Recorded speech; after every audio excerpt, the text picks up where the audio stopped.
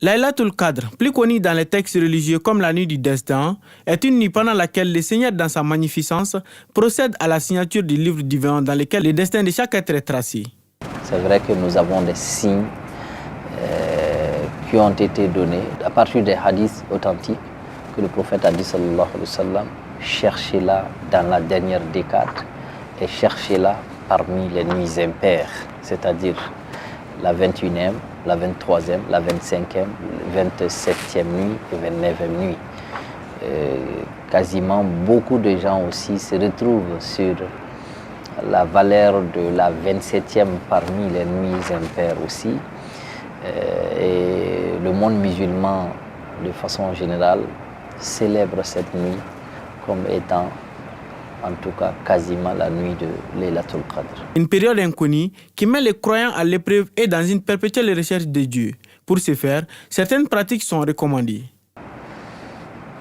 L'adoration de cette nuit vaut mieux, on n'a même pas dit que c'est égal à, ça vaut mieux que mille mois. Celui qui cherche l'agrément d'Allah doit commencer par son adoration, doit s'éloigner de tout ce qui est péché. Dans la nuit de Al-Qadr, nous avons une invocation très célèbre de Aïcha radiyallahu ta'ala anha, l'épouse bien-aimée du prophète, qui dit « Oh mon prophète, si j'arrive à veiller la nuit de Laylatul Qadr, que dois-je réciter, que dois-je faire ?» Il lui répète « Allahumma innaka afuwun tuhibbul afwa fa'fu anni » Ô Seigneur, tu es le grand pardonneur et tu aimes pardonner tes serviteurs.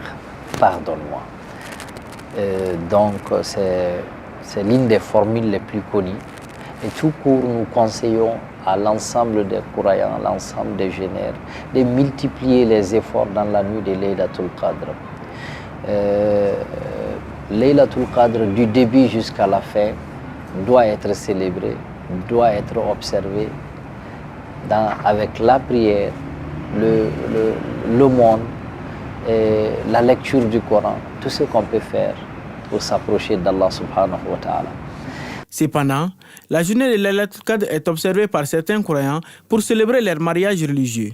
Toute occasion spirituelle est très bonne et exploitée par le croyant.